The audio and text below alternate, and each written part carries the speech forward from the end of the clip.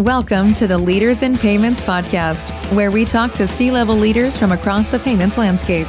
We'll be discussing the products and services that impact the payment space today, as well as trends and predictions for the future of payments. We will also hear stories from our guests about their journeys to the top. Hello, everyone, and welcome to the Leaders in Payments podcast. I'm your host, Greg Myers, and today's special guest is Miles Paschini, the CEO of FV Bank. So, Miles, thank you so much for being here, and welcome to the show. Thank you for having me. Much appreciated. So before we dive into your career and talk about the company, can you give us a quick snapshot of your personal background, maybe where you grew up, where you call home today, a few things like that? Yeah, certainly. I grew up out in California and currently call home South Dakota, so quite a different setting. I've been in the payment space pretty much my whole career. I started out in the prepaid wireless space, and then I got into card issuing. I founded a company in Europe called Wavecrest, which was a very large card issuer, and we were the first company to ever introduce the crypto-linked debit cards. That was back in around 2013. Now I'm the co-founder of FV Bank, and we're a digital bank based in Puerto Rico, and we're really focused on the conversion of traditional banking and digital assets. Well, if you don't mind, and you did a little bit there, but can you walk us through your professional journey and maybe how and why you co-founded the FV Bank? Yeah, certainly. So, as I said, I started out in the prepaid space, and I did some really interesting work there. I filed several patents on changing technology from, if you're old enough, you'll remember prepaid cards when you had to scratch that film off the back of the cards in order to reveal a number to make like an international phone call. Those were very popular. We turned that into a digital business. So we had filed and been issued a number of patents on real-time delivery of those codes. So if you wanted $50 worth of Verizon, it would be delivered to you in real time digitally, as opposed to having to manufacture a card and distribute a card and then have someone, scratch the film off of that card to use it. We sold that business to Safeway Grocery Store, which was in a division called Blackhawk. Blackhawk is, one of the world's largest prepaid providers today. That really got me into payments. That's what lit the fire, if you say. And then I got involved into the card issuing space. I co-founded a company called Wavecrest. We thought we were going to be a institutional payments solutions company. We built products for large telecoms like Telefonica, Reliance Telecom in India. And that was a very interesting phase in my career where we were, building innovative products for very large corporations. I can probably say I didn't like that phase of my career very much because it was just such a lopsided. We had a company of maybe 100 people and teeing off against organizations with, tens of thousands of people. And that was a lot of learning. But then we got lucky one day. We stumbled onto an idea. It was actually a joint venture with Visa. Really, when I say joint venture, that's probably not the best description. It's better to call it skunkworks. We were developing some new technology for Visa. That technology was going to allow someone like an airline company to enable a customer to use their points at the point of sale using a Visa plastic card. And that technology that we developed, which we called RHA, which stood for Remote Host Authorization, it essentially allowed someone to use a Visa card at the point of sale and spend another store of value other than the fiat currency they had there. And so while the airlines you're using airline points at the point of sale didn't take off at the time, we connected that to a Bitcoin wallet in late 2012, 2013. And that turned into a very interesting and fast-growing business where we were, for the first time, enabling the convergence of digital assets and traditional finance by enabling customers technically to spend their Bitcoin at the point of sale. That was a fascinating phase of my career, very fast-growing. We had over 1 million customers in 70 countries. We learned a lot about crypto. We learned a lot about the lack of knowledge in the industry, especially from the banking side, with regards to regulations related to crypto, how the two industries would converge, how they would not converge. That business really led me to start FV Bank. What we realized was that in order to develop products and services that converge those two industries, you needed to control more of the value chain. So we thought we needed to own the bank. We needed to own the compliance function, primarily because the compliance function needed to specialize. And then we needed to own the tech stack. And so FV Bank stands for FinTech Ventures. The goal was to build a financial institution that was vertically integrated to support fintechs and blockchain companies. So let's talk about the bank that you founded, the one you're talking about. So tell us what FV Bank really does and kind of give us the products, the solutions, the markets you serve, a few things like that. Yeah, absolutely. So I always like to explain it as a Venn diagram. You have traditional banking, which is deposit accounts, payments, ACH, domestic wires, international wires, cross-border payments, all the things that you would do in a traditional digital bank. We have those functions. We also have a digital asset custody business where we can custody digital assets inside the bank. And we've focused on a number of integrations to converge the two industries. To be able to custody digital assets in and of itself is novel in a bank, but to create products and services around that is really where we differentiate ourselves. And I'll give you an example of that that's really got a lot of traction and probably would resonate with the audience today, is that stablecoins are the craze today in the marketplace. We can all see the data being published about the value of transactions and how they're purely on a value basis competing with the likes of Visa and MasterCard. 3 years ago, FV Bank integrated wallet addresses directly into your bank account. So what that means is that if you have a bank account at FV Bank, we would give you a wallet address for USDC, which is a US stablecoin, USDT, and PYUSD, which is PayPal stablecoin. And those wallet addresses enable our customers to directly receive stablecoins as US dollar deposits. So if you're a merchant and you bank at FV Bank and you have an invoice you send to a customer, the customer could pay you by traditional methods like sending you a wire or an ACH, but they can also pay you with a stablecoin payment. And as a user, you don't have any of the technical challenges. You don't need a wallet. It's provided directly integrated to your bank account. You don't need to convert the stablecoins to dollars like having an exchange account at something like Coinbase. You don't need to control the private keys of your wallet. And we've just made it really simple. So user creates an invoice. The invoice can be paid by stablecoin. And we think that that's one of the hurdles. Like, if you're going to get small to medium businesses to start to accept stablecoins, you need to make it easy for them. And that's what we've focused on, is make it easy, make it seamless. Likewise, we also support payments. So a customer at FV Bank who has US dollars in their account, let's say they want to send $1 million to China because they're buying goods and services. They could send a wire. That wire is going to take 1 to 3 days to settle, depending on the route. Or they could send stablecoin. So from their US dollar balance, they don't need to do anything. They just instruct us who's the beneficiary's wallet address. We do all the sanctioned screening of those wallet addresses on the back end.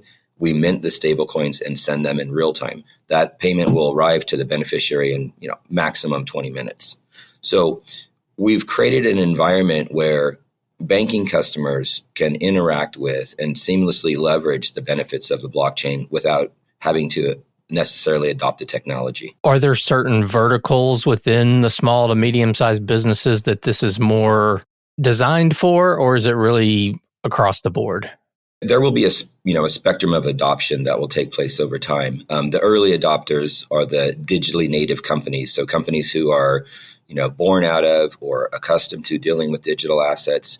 And that can range all the way from the crypto exchanges themselves to what we call OTC desks, which is a trading desk, funds and family offices that are dealing in digital assets. So this is very natural extension for them.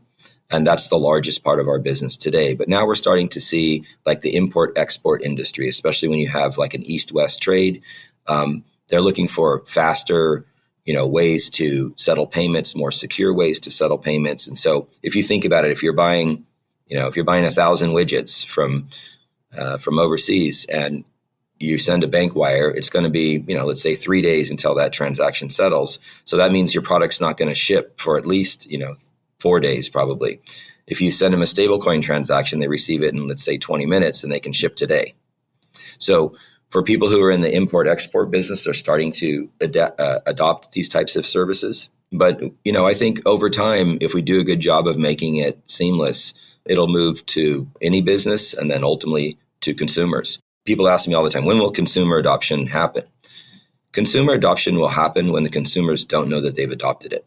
When we've done such a good job of integrating the technologies that they don't even know they're using the technology. I love that answer. So when you look at your customers today, what's the biggest challenge that you're solving for them right now? If you start at the very basic level, the digital asset crypto industry effectively got debanked under the prior administration. And so at the very core was just providing banking services to those customers who otherwise could not obtain banking services. And that really had to do with, one is, there was an environment in the US where digital assets weren't being supported from a government point of view. And that resulted in a lot of regulatory pressure. And also banks who got involved were ill-equipped to be involved in the space. And so just basic access was the beginning for us. Then we started getting ahead of the other institutions in the space by integrating technologies that set us apart.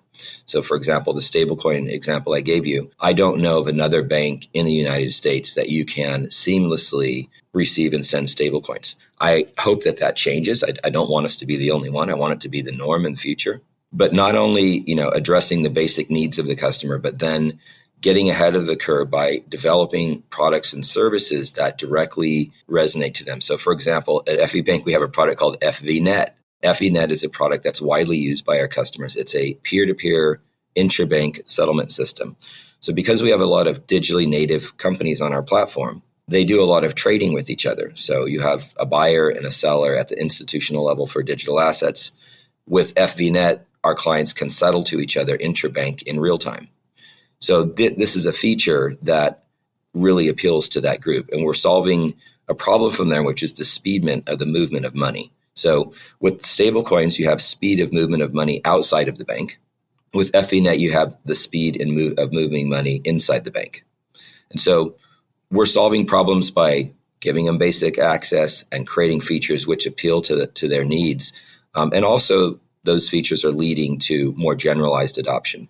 Okay. Well, what would you say differentiates you guys from your competitors out there, which, you may not have direct competitors in some segments, but certainly, your competitors might be, real-time payments and the FedNow and, other ways people move money. So what differentiates you guys? I think it's focus and expertise. Of course, our product's differentiated and we can keep talking about that, but really it's focus and expertise. There's a lot of banks that specialize in certain areas of industry. There's banks that are really good at writing mortgages, and there's banks that are really good at agricultural lending and on and on. And so typically you'll find outside of just the average community bank on the corner, banks that are trying to grow and be innovative, they specialize in something. And we specialize in fintech and blockchain. And so we've built, our culture, our processes, our products and features, our risk management, everything is built around supporting fintech and blockchain companies. And so that's really the main thing that differentiates us, because that means that we spend our time and our energy, we listen to the customers, we look at features and, potential features that customers would need, and we build and support around that. So I think that's the main differentiator, is that FV Bank, which stands for Fintech Ventures, is really an institution focused around supporting that vertical and making sure that we're good at it. And you've mentioned compliance and you just said the word risk, which, has to be a huge challenge. So how do you address that? How do you stay on top of, like you said, ever-changing regulatory environment? One administration thinks one way, another comes in, thinks differently. How do you make that kind of a core competency of your company? I think the first phase is that, there are a lot of existing regulations that are generally applicable to our business. And I think that, some institutions have forgotten that. If you look at, banks who've been involved in particular industries where they will end up getting consent orders, for example, and it doesn't matter if it's crypto and blockchain, could be banks who decided to support the cannabis industry or other high-risk industries. You've got to pay attention to the basics, right? The BSA AML regulations broadly apply. It doesn't matter what vertical you work in. And so making sure that you have a robust BSA AML program is the foundation that every bank needs to think about. Then you get into what are the specific risks in the vertical that you're participating in. In our case, our specific risks are related to digital asset transactions. And so we've adopted, the best-in-class technology for detecting anti-money laundering, sanction screening, fraud, and risk signals related to digital asset transactions. So we use technology that allows us to look at a sender of a transaction or look at a beneficiary of a transaction, look at the history of their wallet, look at the history related to that particular user and determine whether or not that transaction, is one that we would permit inside of the bank. And so integrating those technologies directly into our core, into our monitoring systems is key. We do everything that you would do under traditional BSA AML, and then we layer on top of that, specialized monitoring related to those digital asset transactions. Okay. Well, let's talk a little bit about the future now. Where do you see the biggest growth opportunities in your segment of payments? I don't think we can deny that the stablecoin boom is going to be here with the passing of the Genius Act, which I think is, a brilliant move by the U.S. government to set down regulation for stablecoin payments and to allow money to move more freely over the internet. I think that that's going to be a huge boom for many industries. It's going to enable more frictionless banking. It's going to enable more frictionless peer-to-peer payment settlement. And as part of that, there's emerging technologies. For example, there's a technology called X402. It's a pretty hot topic these last few weeks. X402 is not actually new. It was a protocol built into original HTTP protocol for for basic internet connectivity. But what X402 is going to allow is for a stablecoin payment to be made from one person to another or machine to machine without intervention.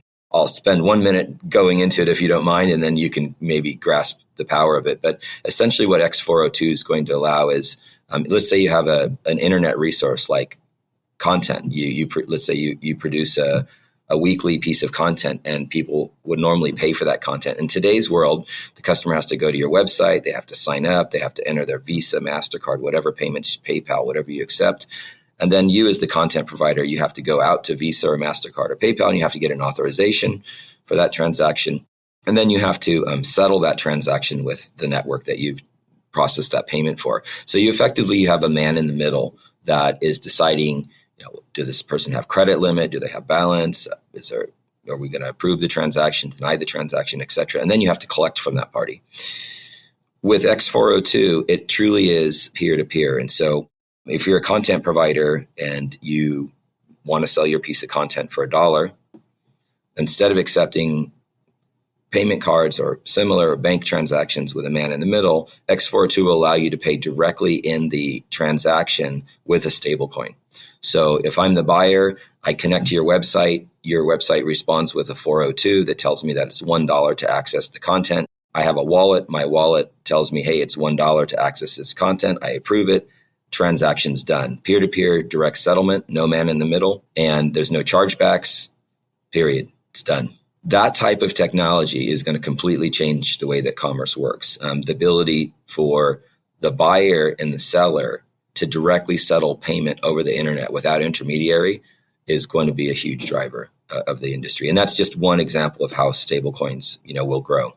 Yeah, we could probably talk for hours about the opportunities with stablecoins. It seems to be all the buzz. And while we're recording this, you're actually at Money 2020. So I'm sure that that's been what the buzz in the hallways, in all the conversations. I know that the conversations that I have, it always is. So for your company, though, what does success look like, say, in the next 3 to 5 years? Well, I feel very fortunate that we've spent the last 4 years building foundation. We are quite unique in that we are a licensed depository institution with a lot of digital asset capability. And so, the first thing is just build on what we've already built. We have a great foundation to grow the business from. We don't need shiny new toys, as I like to say, to grow the business. And so as adoption increases, we are well positioned to grow the core business. With that said, we are a Visa issuer. We plan to grow that business. In 2026, we're launching our BIN sponsorship program. We can issue cards with Visa in about 100 countries. We historically in FV Bank have not supported third-party programs, and we've now started to sign clients into third-party prepaid programs. We think that with the capability that we have, mixing traditional finance, digital assets, and our card issuing, that some really interesting programs will come out of FV Bank in 2026. And we're going to work with some of the largest multinational partners to support those programs. We're also planning on launching Bitcoin securitized lending in 2026, which we think that the market for individuals and companies and large institutions holding Bitcoin on their balance sheet They're going to be long-term holders of those assets. They're not going to be, I'm not talking about the people trading. I'm talking about people who are holding Bitcoin like they would hold gold for long-term. Those companies are going to leverage the equity that they have in those assets. And so we'll be launching a Bitcoin securitized lending program where clients will provide Bitcoin as collateral for loans. This will allow them to leverage the equity that they have in their Bitcoin and maybe buy more Bitcoin, maybe finance their business. It'll be interesting to see what all the use cases come out of that. But we'll be launching that business subject to regulatory approval. But we think that there's a clear map when you see that large tier one institutions just yesterday were announcing their Bitcoin lending programs. But we're very excited about that. We've been setting up some strategic partnerships to help us grow that business. And we think that'll be very consistent with our strategy of being a financial institution that not only provides traditional products like loans, but tying those into our digital asset capability. Okay. Well, we've talked about one of the biggest trends in the industry, of course, stable coins. But beyond that, what are the other biggest trends that you see that are really reshaping the payments industry? I hate to jump back to it. It's very fresh, but I think X402 is going to have a massive impact on the industry. You're going to see the giants. I think there was a press release yesterday. I'm here at Money 2020. So as you know, there's hundreds of press releases, but there was a press release yesterday that caught my eye, which was PayPal and Google to support agentic shopping. I think the combination of digital assets, AI, and existing e-commerce, we're going to see mega transformations. I mean, the idea that you could have an agentic shopping agent, I think it's going to be very real. I think it won't be long until you just program an agent and say, every Monday, buy me a dozen eggs and a gallon of milk.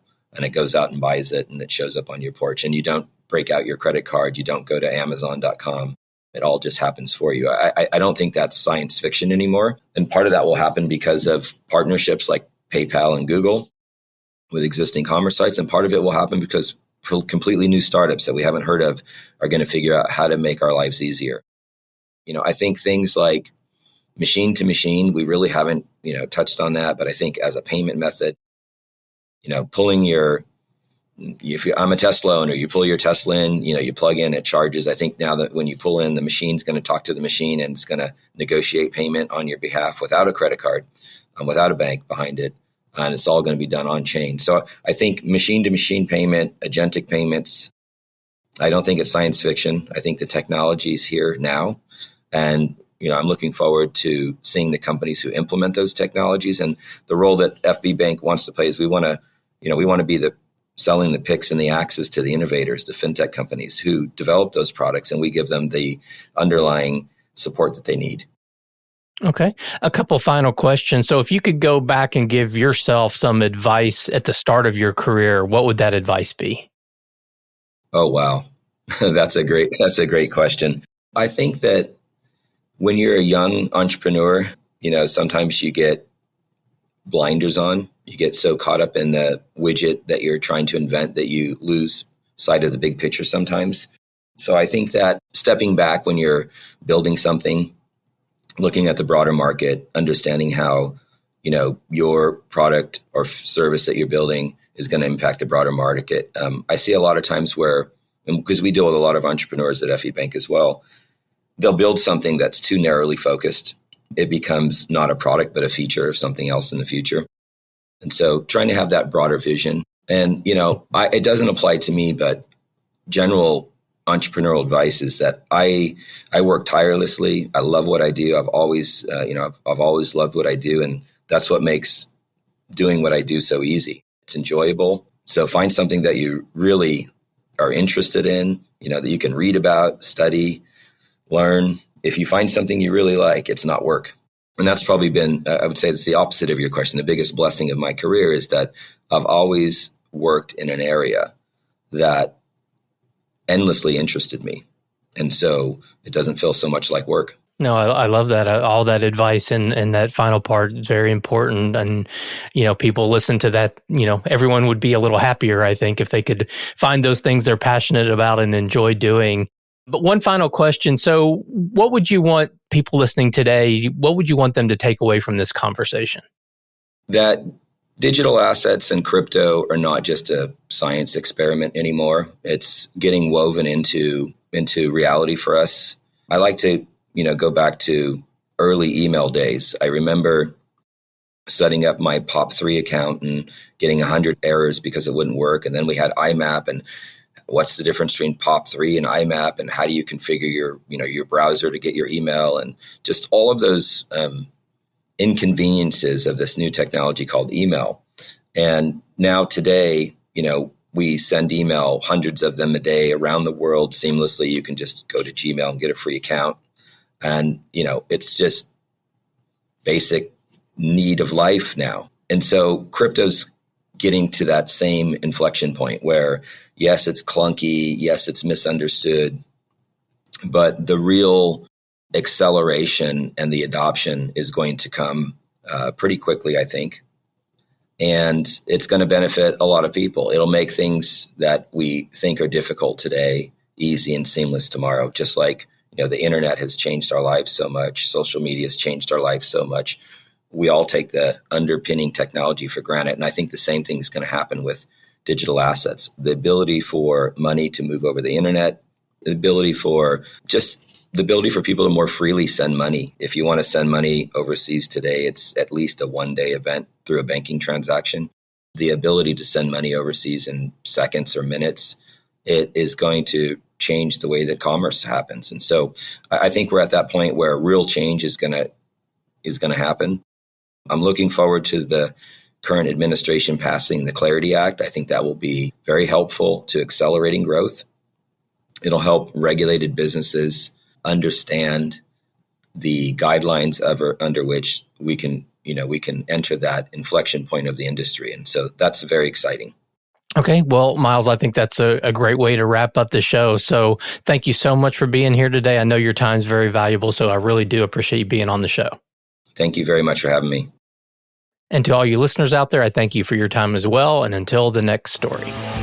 Thank you for joining us this week on the Leaders in Payments podcast. Make sure you visit our website at leadersinpayments.com, where you can subscribe to the show and where you'll find our show notes.